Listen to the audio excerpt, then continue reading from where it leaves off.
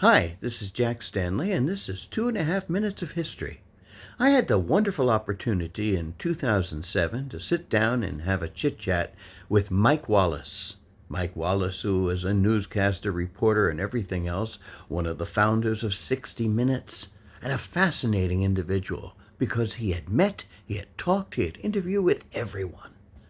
And I wanted to learn what he thought about many of these people, many of the people he had worked with, talked with, interviewed, liked, hated, etc.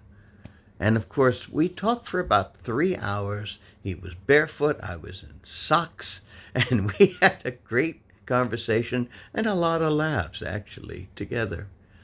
We talked about his voice, the way he spoke, because if you notice with Mike Wallace, he always spoke with a forward voice. And I said, how'd that happen? And he said, I learned that in school. My teacher came up to me and said, Myron, he said, that's my real name. Myron, you show sense of having a voice that can be used in public. From now on, your voice should come from your diaphragm. And he learned diaphragmatic speaking, and that was the way he would always speak on the air. And you would notice that natural, strong voice that would come across.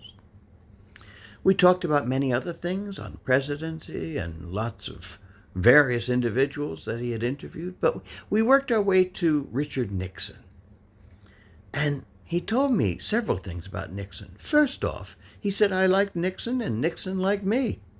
And Nixon offered me the opportunity to be his press secretary when he was president. He said, I turned it down because I felt it might have a bad effect upon my work as an independent journalist. Understood. In our conversation, we talked about many other things. One of the things I asked, I said, who was the greatest intellect you ever interviewed? Without missing a beat, he said, Richard Nixon. I was a little surprised by that. But he said, an incredible intellect, a magnificent intellect, marred by an imperfect personality. I thought that was a fantastic description of Nixon, because Nixon did have this incredible intellect, but definitely that personality, that questioning personality, that nervous personality, certainly had an effect on that intellect and his entire career. So there's so much more I'd like to talk about, but I only have 2.5 minutes and a little bit more to share this with you. And I hope you find this interesting. Thank you.